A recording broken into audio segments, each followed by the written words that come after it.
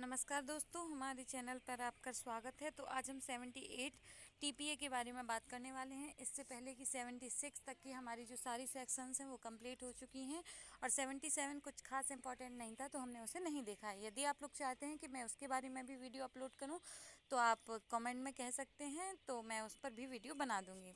तो आइए देखते हैं 78 क्या बात करता है। 78 में बताया गया है पूर्विक बंधकदार का मुलतवी होना, जहाँ की किसी पूर्विक बंधकदार के कपट, मिथ्या व्यपदेशन या घोर उपेक्षा से कोई अन्य व्यक्ति बंधक संपत्ति की प्रतिभूति पर धन उधार देने के लिए उत्प्रेरित हुआ है, वहाँ वह पूर्विक बंधकदार उस पार्श्विक बंधकदार के मुकाबले में मुलतवी हो जाएगा।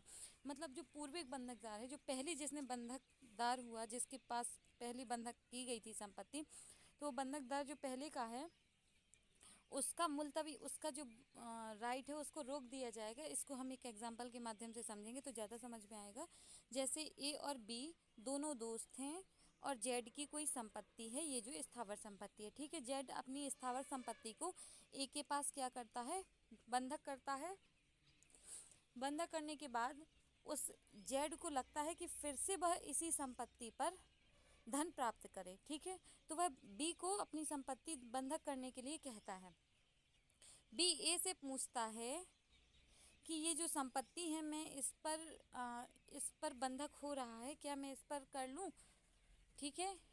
तो अगर ए कह देता है, मतलब ए के कहने पर बी यदि बंधक कर लेता है उस संपत्ति पर, जेड ए के कहने पर यदि बी उस संपत्ति पर बंधक कर लेता है जिस पर पहले से बंधक कर दी गई है संपत्ति, जिस संपत्ति को पहले से ए को दे दिया गया है, बंधक कर दिया गया है, और बी पूछता है कि मेरे को कहने के लिए ये जेड जो है वो कहता है ये संपत्ति मेरे को बंधक करने के लिए कह रहा है, क्या मैं कर लूँ। तो इसके ए के कहने पर यदि बी ऐसा कर लेता है, बंधक कर लेता है उस संपत्ति का जिसका पहले से बंधक हो चुका है, तो मतलब यहाँ पर ए के द्वारा क्या किया गया, कपट, मिथ्या व्यपदेशन या घोर उपेक्षा से, इनमें से कोई कारण से बी उत्प्रेरित हुआ है, उसने क्या किया है और संपत्ति पर बंधक कर लिया है।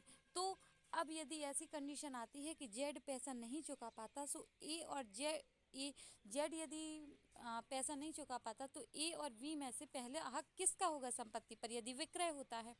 तो 48 कहता है, इसके साथ यदि हम 48 पढ़ेंगे तो बहुत अच्छा रहेगा। 48 के 78 और 79 दोनों ही अब बाद हैं। अभी हम 79 को देख रहे हैं। तो ये बात की गई है कि यदि दो लोग दोस्त हैं और पहले यदि कोई संपत्ति किसी एक व्यक्ति को दी जाती है और वह व्यक्ति जिसको संपत्ति दी गई है उससे पूछकर दूसरा व्यक्ति उस संपत्ति पर बंधक करवा लेता है, ठीक है। तो बी को तो पता नहीं था कि इस संपत्ति पर बंधक हुआ है, ये तो सद्भाव में था, परंतु ए को पता था। तो यहाँ पर कपट, मिथ्या व्यपदेशन या घोर उपेक्षा ए के द्वारा की गई है, ठीक है। तो फिर क्या होगा कि यदि संपत्ति विक्रय होती है तो पहला हक किसका होगा, बी का होगा, क्योंकि यहाँ पर कपट द्वारा बंधक कराया गया था, ए के कपट द्वारा। तो पहला हक बी पर होगा, मतलब यदि संपत्ति बिकती है तो उसमें से जो पैसा मिलता है तो पहला पैसा किसका चुकाया जाएगा, बी का। फिर यदि उसमें से कुछ पैसा बचता है तो फिर ए का चुकता होगा। मतलब इसमें यह है कि यदि ए के कपट द्वारा संपत्ति देने के लिए, संपत्ति पर बंधक करने के लिए दूसरा व्यक्ति कर देता है तो दूसरे व्यक्ति को पूर्विक हित मिल जाएगा और ए का पार्श्विक हित होगा उस संपत्ति पर। तो थैंक यू दोस्तों, आज के लिए सिर्फ इतना ही। यदि वीडियो अच्छा लगता है तो आप सपोर्ट कर सकते हैं, यदि कोई कमी लगती है तो आप बता सकते हैं। Thank you, bye bye.